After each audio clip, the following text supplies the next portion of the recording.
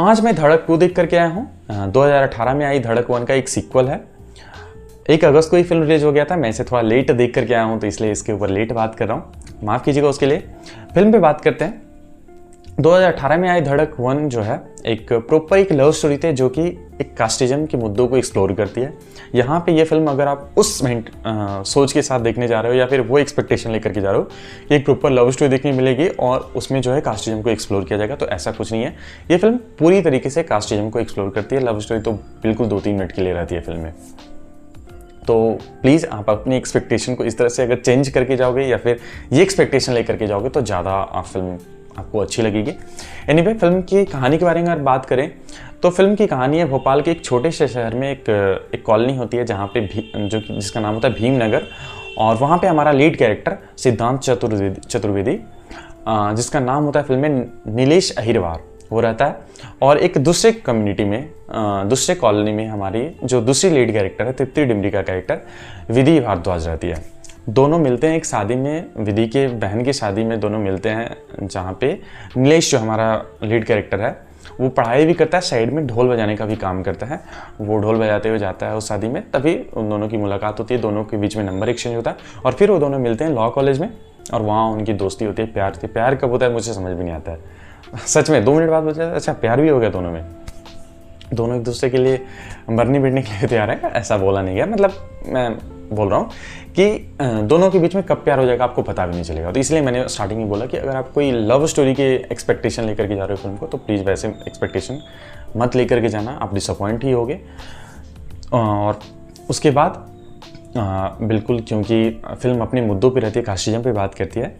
Obviously जो विधि है वो एक दूसरे कम्युनिटी से आती है और नीलेश जो एक दूसरे कम्युनिटी से आते हैं, और दोनों के बीच में प्यार होता है। और एक विधि जो है अपनी बहन की शादी में उसे इनवाइट करती है।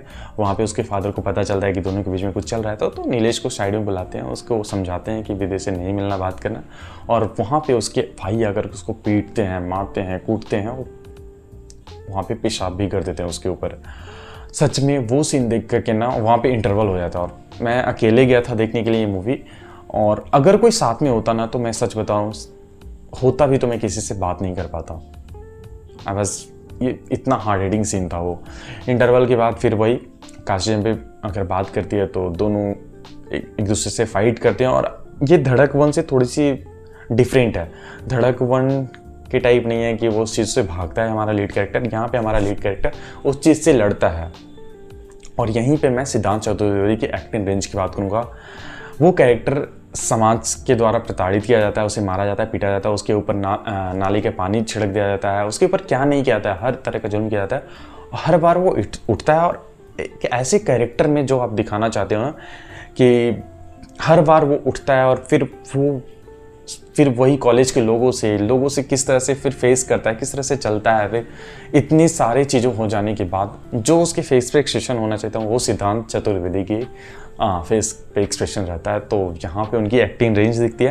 एट द सेम टाइम तृप्ति डिमरी, मुझे इन दोनों की लव केमिस्ट्री वाली जो एंगल था, मुझे बिल्कुल भी वो फील नहीं होता है। मुझे उतना भी ज़्यादा केमिस्ट्री अच्छा फील हुआ नहीं। लेकिन वहीं पे तृप्ति डिमरी जब भी अपनी फैमिली से नीलेश को लेकर के लड़ रही होती है, अपने हक की बात कर रही होती है, तब उनकी एक्टिंग रेंज दिखती है। वो एनिमल वाला जो धब्बा लग गया था ना, वो यहाँ पे उस फिल्म से निकल पाता है तृप्ति डिमरी के एक्टिंग रेंज में। एनीवे, फिल्म के क्लाइमेक्स में क्या होता है वो आपको फिल्म में जा करके थिएटर में अगर आप देखते हो या फिर घर पे देखते हो तब जा करके देखो। मैं कोई स्पॉइलर नहीं देने वाला हूँ। फिल्म की अच्छी बात मुझे ये लगी कि फिल्म कास्टिज्म पे बात करती है तो शुरू से लेकर के 2 घंटे 2 मिनट तक इसी मुद्दे पे बात करती है, कहीं भी भटकती नहीं है। अगर भटकती है कहीं पे तो सिर्फ और सिर्फ सॉन्ग्स में। मुझे सच में, मैं कई बार अपनी रिव्यूज़ में कह चुका हूँ, मुझे सॉन्ग्स बिल्कुल पसंद नहीं है। और जब ऐसे मुद्दे पे आप ऐसे सामाजिक मुद्दों पर फिल्म बना रहे हो तो बिल्कुल भी सॉन्ग्स की ज़रूरत नहीं होती है। एनीवे, सॉन्ग ही सिर्फ डिस्ट्रैक्ट करती है, बाकी अपने मुद्दे पे फिल्म रहती है। ये मुझे अच्छा लगा। फिल्म का स्क्रीन पे अच्छा है, बट 2 घंटे 2 मिनट हो जाने के बाद भी थोड़ा सा मुझे ज़्यादा लगता है। मुझे लगता है थोड़ा सा कम हो जाना चाहिए था टाइम इसका। कैरेक्टर कास्ट परफॉर्मेंस मुझे अच्छा लगा। सिद्धांत चतुर्वेदी की मैंने बात कर लिया, तृप्ति डिमरी के बारे में बात करें। नीलेश के जो फादर का रोल किया है, आई थिंक विपिन शर्मा उनका नाम है, उनका मुझे कैरेक्टर पसंद आया। सौरभ सचदेवा, जिन्हें हम लोगों ने एनिमल में देखा था, उनका कैरेक्टर एक कॉन्ट्रैक्ट किलर है वो, जो कि बिना पैसों की कॉन्ट्रैक्ट किलिंग करते हैं। वो जब भी स्क्रीन पे आते हैं तो आपको वो डर लगता है। तो उनका कैरेक्टर मुझे ये सारे स्पेशल मिलते हैं। बाकी सभी कैरेक्टर जो एक कॉलेज पॉलिटिक्स में जो जिन्हें दिखाया गया वो उनका कैरेक्टर भी मुझे पसंद आया। तो ओवरऑल कास्ट परफॉर्मेंस मुझे सबकी अच्छी लगी। स्पेशल मुझे सिद्धांत चतुर्वेदी का जो कैरेक्टर था, मैंने बताया ना कि उस कैरेक्टर में दिखना चाहिए था वो आपको सिद्धांत चतुर्वेदी के कैरेक्टर में दिखता है। तो ये तो होगी कास्ट परफॉर्मेंस। बीजीएम मूवी का ओके सा है, और एट द सेम टाइम मैं सॉन्ग्स को भी ओके ही रेंज में रखूंगा, क्योंकि धड़क 1 में जो टाइटल ट्रैक था वो अभी भी मुझे अच्छा लगता है। इसके सॉन्ग्स अच्छे लगते हैं, कुछ दिन तक आप सुनोगे, मुझे नहीं लगता है कि, लेकिन इसको सालों साल तक आप सुन सकते हो। तो सॉन्ग्स और बीजीएम ओके सा है। ये तो हो गई फिल्म की कुछ अच्छी बातें। अब बात करते हैं इस फिल्म में मुझे प्रॉब्लम क्या लगा, क्या मुझे फिल्म में अच्छा नहीं लगा। तो मुझे अच्छा ये लगा कि सबसे पहले तो अगर जिस तरह की ये फिल्म है, जिस सामाजिक मुद्दों पे बात करती है फिल्म, अगर आप इसको सही सोच के साथ, सही मेंटेलिटी के साथ अगर नहीं बनाते हो तो फिल्म कहीं से भी आप ना तो वो सामाजिक मुद्दे को आप सही तरीके से दिखा पाओगे और ना ही समाज का भला कर पाओगे। क्योंकि ऐसे सामाजिक मुद्दों पे जब फिल्म बनती है तो क्या मोटिव होता है या फिर क्या मोटिवेशन होना चाहिए। यहाँ पे जैसे मैं एग्जांपल लेता हूँ, ये फिल्म कास्टिज्म पे बात करती है। एक ऐसे कास्ट को दिखाया गया है, एक ऐसे कम्युनिटी को दिखाया गया जो कि बहुत सालों से प्रताड़ना झेल रही है। तो इस फिल्म को जब भी आप बनाते हो, ऐसे मुद्दे को उठाते हो, तो क्या पर्पस क्या होता है, हमारा मोटिवेशन क्या होता है कि लोग इसको देखें और जो वो कम्युनिटी के लोग हैं उसके मतलब लोगों के बीच में बराबर है, इनफैक्ट उनसे ऊपर जाए। यही मोटिवेशन होना चाहिए मेरे समझ से। तो यही होना चाहिए कि ऐसे सामाजिक मुद्दों पर जब फिल्म बनती है तो ओवरऑल मोटिवेशन यही होता होगा। अगर कुछ अलग होता तो आप लोग कमेंट बॉक्स में ज़रूर बताना। मेरे समझ तो ये, तो अगर आप इसको सही मेंटेलिटी के साथ नहीं बताते हो ना तो बिल्कुल भी सही तरीके से नहीं बैठती है। सबसे पहले मैं पॉइंट आउट करना चाहूँगा, जो हमारा लीड कैरेक्टर है सिद्धांत चतुर्वेदी, उसे एक समाज की तरफ से जो छोटी जाति बोला जाता है, फिर एक अलग कम्युनिटी से जिस कम्युनिटी से आते हैं, उस कमेटी के बारे में हमारे जो डायरेक्टर हैं उनकी अलग सोच है। उनको लगता है कि वैसी कम्युनिटी के लोग या फिर इस जाति के लोग या फिर इस कास्ट के लोग सिर्फ काले होते हैं, उन्हें पूरी फिल्म में एक ब्लैक सा शेड दिया गया है। अब फिर कुछ लोग कहने आ जाएंगे कि यार वो फिल्म को रॉ रखना चाहते तो जब आप ऐसे सामाजिक मुद्दों पे फिल्म बना रहे थे और ऐसे चीज़ें को उठा रहे हैं, ऐसे कास्टिज्म को उठा रहे हैं, तो क्या आपको कोई इस काली चमड़ी के एक्टर नहीं मिला था क्या? आप मतलब अभी भी उस मेंटेलिटी के साथ हो, मतलब कि इस कास्ट के हैं तो उनकी चमड़ी काली ही होगी। अगर आपको इतना ही था तो किसी दूसरे एक्टर को कास्ट कर लेते ना, क्या मतलब उस कलर के चमड़ी वाले आपको एक्टर नहीं मिल रहे थे?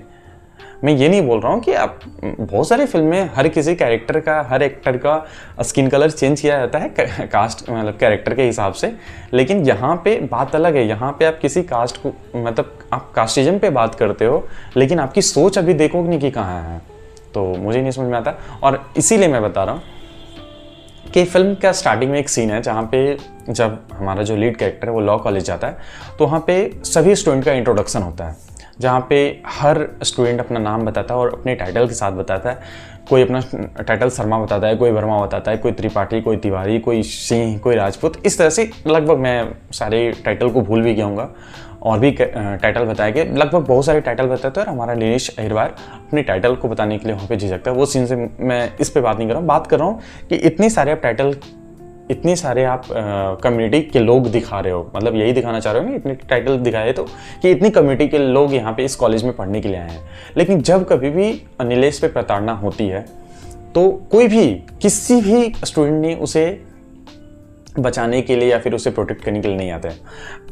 अगेन मैं मानता हूँ कि आप कास्ट पे बात कर रहे हो, आप ये नहीं दिखा सकते हो, आप ये तो दिखा सकते हो ना कि उसी के कम्युनिटी के जो मैंने बताया ना कि सामाजिक कार्य करता है, कॉलेज पॉलिटिक्स में है, वो भी कभी बचाने के लिए नहीं आता है। मतलब क्या आप वो अगर दिखाना चाहते तो आपको कुछ स्टूडेंट को दिखाना पड़ता है कि उसे बचाने के लिए आया है, और फिर वो टाइटल के लोग यहाँ पे आपको दिखाने पड़ते हैं। मतलब इसके पीछे का सोच क्या था आपका? मतलब आप पूरी की पूरी film he black and white कर देते हो, वो कलर वाली ब्लैक एंड वाइट नहीं। मतलब मैं ये भी नहीं बोल रहा कि यहाँ पे बैलेंसिंग करना चाहिए, लेकिन आप जितना ज़्यादा रॉ रखोगे ना फिल्म में, जितना ज़्यादा रिलेटेबल रखोगे ना, उतना ज़्यादा हर जो कम्युनिटी, जिस कम्युनिटी को आप छोटा दिखाया और जिस कम्युनिटी को यहाँ पे बड़ा दिखाया, वो दोनों ही कम्युनिटी के लोग आपके कंटेंट से रिलेट होंगे और उनको जितना ज़्यादा रिलेटेबल लगेगा उतना ज़्यादा इंस्पायर करेगा फिल्म में जो भी आप कहना चाहते हो। तो मुझे लगता है आपको गलत सोच या फिर छोटी सोच आपकी दिखाती है यहाँ पे कि आप पूरी तरीके से ब्लैक एंड वाइट ही दिखा देते हो। और मैं बोल रहा हूँ कि जितने भी सीन्स दिखाए गए हैं फिल्म में आपको हार्ड हिट करते हैं, लेकिन और मैं उन सभी चीज़ों को, उन सीन्स को या फिर उन सभी एक्शंस को कभी भी किसी भी तरह से जस्टिफाई नहीं करता हूँ। इनफैक्ट मैं ये भी कर रहा हूँ ना कि बॉलीवुड ने जितनी फिल्में बनाई हैं जिस फिल्म में आतंकवाद पे बात करती है और फिल्म में जिस तरह से आतंकवाद को जस्टिफाई किया जाता है कि वो उसके फादर को जो एक सिस्टम ने बिल्कुल ही मार दिया था, या फिर उसको सिस्टम ने मार दिया, या फिर उसको समाज ने मार दिया, बिल्कुल ही खत्म सा कर दिया और फिर वो जा करके आतंकवाद का रूप लेता है, मैं उसे भी जस्टिफाई नहीं करता हूँ जो बॉलीवुड वाले दिखाते हैं। और मैं इन सभी चीज़ों को भी जस्टिफाई नहीं करता हूँ जो फिल्म में जो एक्शन दिखाए गए हैं। ऐसा नहीं कि मैं इस एक्शन को जस्टिफाई कर रहा हूँ, तो मैं उस चीज़ से कंपेयर कर रहा हूँ। आप समझ रहे हो कि कितनी बड़ी चीज़ है वो आतंकवाद, और मैं उस चीज़ से भी कंपेयर कर रहा हूँ इसको कि हाँ, जो भी एक्शंस दिखाए गए हैं, जो कम्युनिटी, एक छोटे कम्युनिटी या फिर जिस कम्युनिटी को आप यहाँ पे छोटा दिखा रहे हो, उस कम्युनिटी पे जो भी प्रताड़ना करती है, तो मैं वो एक्शंस को भी कभी भी जस्टिफाई नहीं कर रहा हूँ। वो गलत है और हर तरीके से आप जिस भी एंगल से देख लो, जिस भी लेंस को लगा करके देख लो, वो गलत ही रहेगा। बट आप पूरी तरीके से ब्लैक एंड वाइट दिखा दोगे ना तो लोग रिलेट नहीं करेंगे। अच्छा, आप ये सोचो कि ऐसे कंटेंट को आप जब भी दिखाते हो तो आपका मोटिवेशन क्या होता है? वो बराबर रहें लोगों के बीच में या फिर उससे ऊपर जाएं। यही होता है ना कि छोटे कम्युनिटी जो फिल्म में आप दिखा रहे, जो कम्युनिटी आप दिखा रहे हो कि वो एक छोटा कम्युनिटी है और वो ऊपर आना चाहता है फिल्म में, तो मेरे हिसाब से तो यही मोटिवेशन है, यही आप लोग दिखाना चाहते हो ना। और ऐसी सामाजिक फिल्म जब भी बनती है तो मोटिवेशन तो यही होता होगा ना। जैसे यहाँ पे एग्जांपल लेते हैं कास्टिज्म का, तो अगर आप कास्ट पे दिखा रहे हो कि एक कास्ट के लोगों के दूसरे कास्ट वाले लोग दबा रहे हैं या फिर उस पर प्रताड़ना कर रहे हैं, तो इस फिल्म को दिखा करके आप लोगों को क्या इंस्पायर करना चाहते हो कि वो भी इंसान ही है, या फिर उस कम्युनिटी को क्या संदेश देना चाहते हो कि आप अपने लड़ सकते हो और आप बराबर आ सकते हो, इनफैक्ट उनसे ऊपर जा सकते हो। क्या आपको लगता है कि जिस तरह से आप फिल्म में कंटेंट दिखाते हो, क्या कभी भी वो जो आप दूसरी कम्युनिटी दिखाए हो, उस कम्युनिटी वाले, दूसरे कम्युनिटी वाले कभी भी एक दूसरे को प्यार से देखेंगे? जो यहाँ पे छोटा कास्ट दिखाया गया है, जो यहाँ पे बड़ा कास्ट दिखाया गया है, क्या बड़े कास्ट उस छोटे कास्ट को जो आप कंटेंट दिखा रहे हो, क्या आपको कभी भी लगता है कि वो फिर प्यार से उनको आप वो गैप में, मेरा कहने का सिंपल सा मतलब कि आप वो गैप और बढ़ा रहे हो। आप ऐसे कंटेंट बना करके आप गैप को कम करना चाहते हो, आप चाहते हो कि वो कम्युनिटी ऊपर आए, तो आप सबसे पहले इस सोच से निकलो। आप पूरी तरह से ब्लैक एंड वाइट मत दिखाओ, जितना हो सकता है रॉ रखो, जितना हो सकता है रियल रखो, जितना हो सकता है रिलेटेबल रखो स्टोरी को, इंसिडेंट को जितना ज़्यादा रिलेटेबल रखो कि उतना ज़्यादा अच्छा लगेगा, लोगों को और ज़्यादा हार्ड हिट करेगा। लेकिन मैंने स्टार्टिंग से बताया ना कि आपकी अगर सोच ही छोटी हो तो आप कभी भी ऐसे सामाजिक मुद्दों पे जो फिल्म बनती है उसे आप टच करने की आपकी इजाज़त नहीं होनी चाहिए। मेरे हिसाब से तो यही होना चाहिए। और मैं अगेन बोल रहा हूँ, कुछ लोग बोलेंगे कि तुम्हें नहीं पता, मैं उनसे भी चीज़ों को जस्टिफाई नहीं कर रहा हूँ कि मुझे नहीं पता है कि छोटे शहरों में क्या होता है, छोटे गाँव में क्या होता है। बिल्कुल होता है ऐसा, मैं इन सभी चीज़ों को कभी मैं बोला कि डिनाई नहीं कर रहा हूँ। लेकिन जिस तरह से आप दिखाते हो ना ब्लैक एंड वाइट, वैसी ब्लैक एंड वाइट नहीं होती। जितनी ज़्यादा रियल रखोगे, जितने ज़्यादा आप, और जिस सोच के साथ आप दिखाते हो ना, मैंने बोला ना, मैं ऐसा इसलिए भी बोल रहा हूँ ना कि डायरेक्टर यहाँ पे क्या दिखाना चाहते हैं। मैं आपको फिल्म का थोड़ा सा एक और एक्सप्लोर कराता हूँ फिल्म को लेकर के।